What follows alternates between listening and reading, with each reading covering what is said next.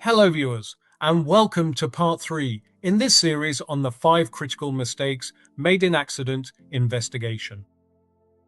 In this video we are going to look at resisting the pressure to close the accident investigation.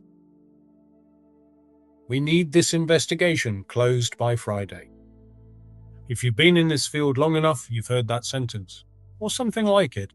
The pressure to close investigations quickly is relentless, and it's the single biggest threat to investigation quality.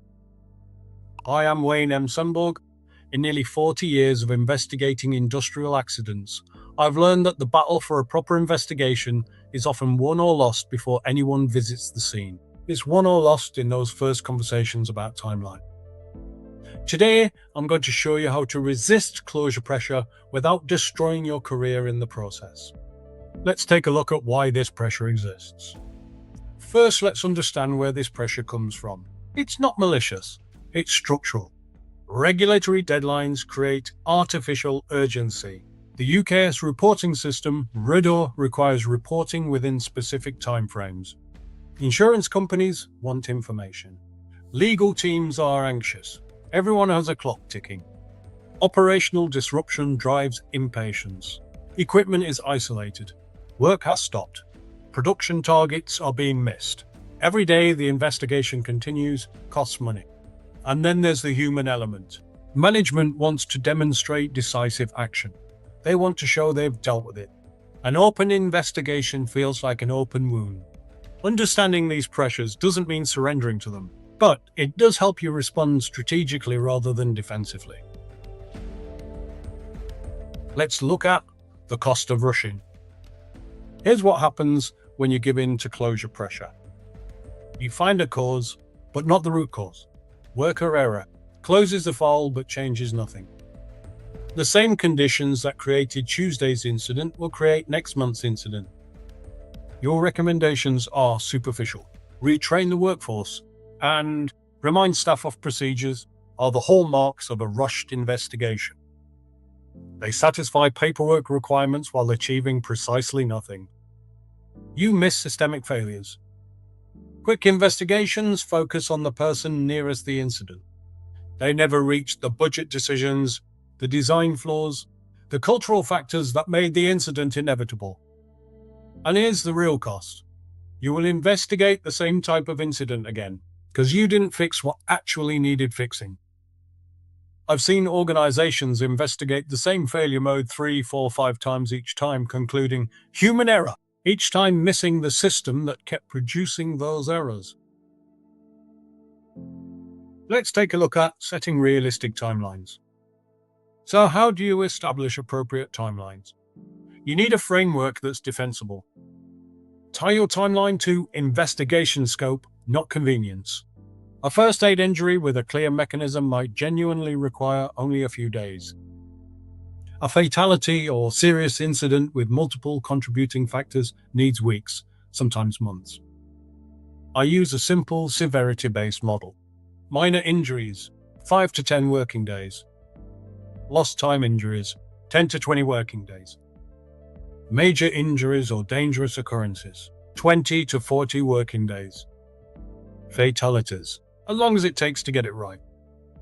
These aren't arbitrary numbers. They reflect the complexity involved in proper evidence collection, witness interviews, technical analysis, and root cause determination. Present this framework before incidents occur. Get it agreed as policy. Then when pressure comes, you're not arguing about this specific investigation, you're following the established protocol. Now we will focus on having that difficult conversation. When pressure comes, and it will, you need language that works. Don't be defensive. Don't say, I need more time. That sounds like you're behind schedule. Instead, try. A thorough investigation at this stage prevents us investigating the same incident again in 6 months. Frame it as risk management. If we close this investigation without addressing the systemic factors, we're accepting the risk of recurrence. I want to make sure you're comfortable with that decision. Offer structured updates. Pressure often comes from uncertainty. People want to know what's happening. Provide regular progress reports. What you've completed, what's outstanding, when you expect to conclude. This demonstrates momentum without compromising quality. And document everything. If you're overruled and forced to close prematurely, make sure your file reflects that the investigation was curtailed and why. Protect yourself professionally. Here's a technique that's saved me countless times. The preliminary report. When pressure becomes intense, offer a preliminary findings document.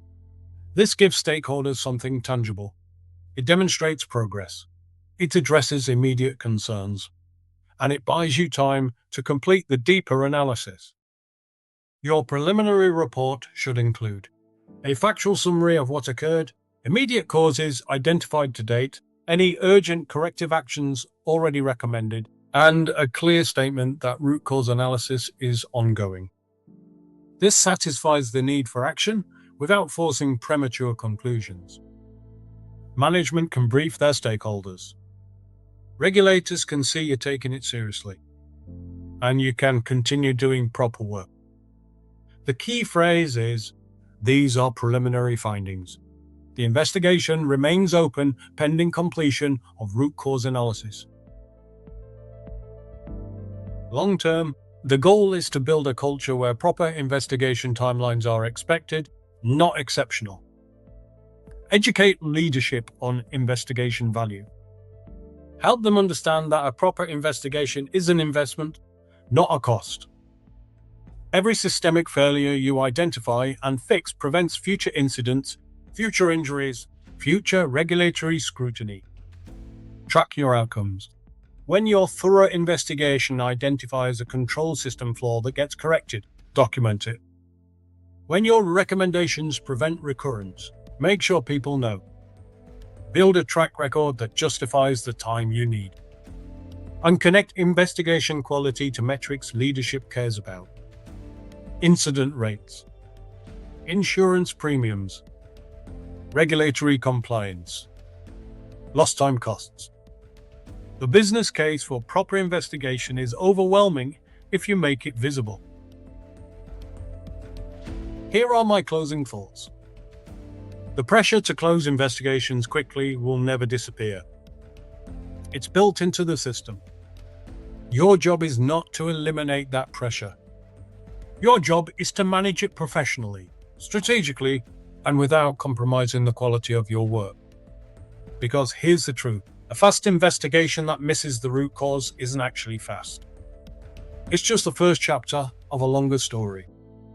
The story where the same incident happens again and again, until someone finally does the work properly. You can be the investigator who closes files quickly and changes nothing. Or you can be the investigator who takes the time to find what actually went wrong and make sure it never happens again. The pressure is real, but so is your professional obligation. Choose accordingly. Well, that's it for this chapter. Join me next time when we will look at evidence, not opinion. Documentation that stands up. Bye for now. Have a safe and healthy day.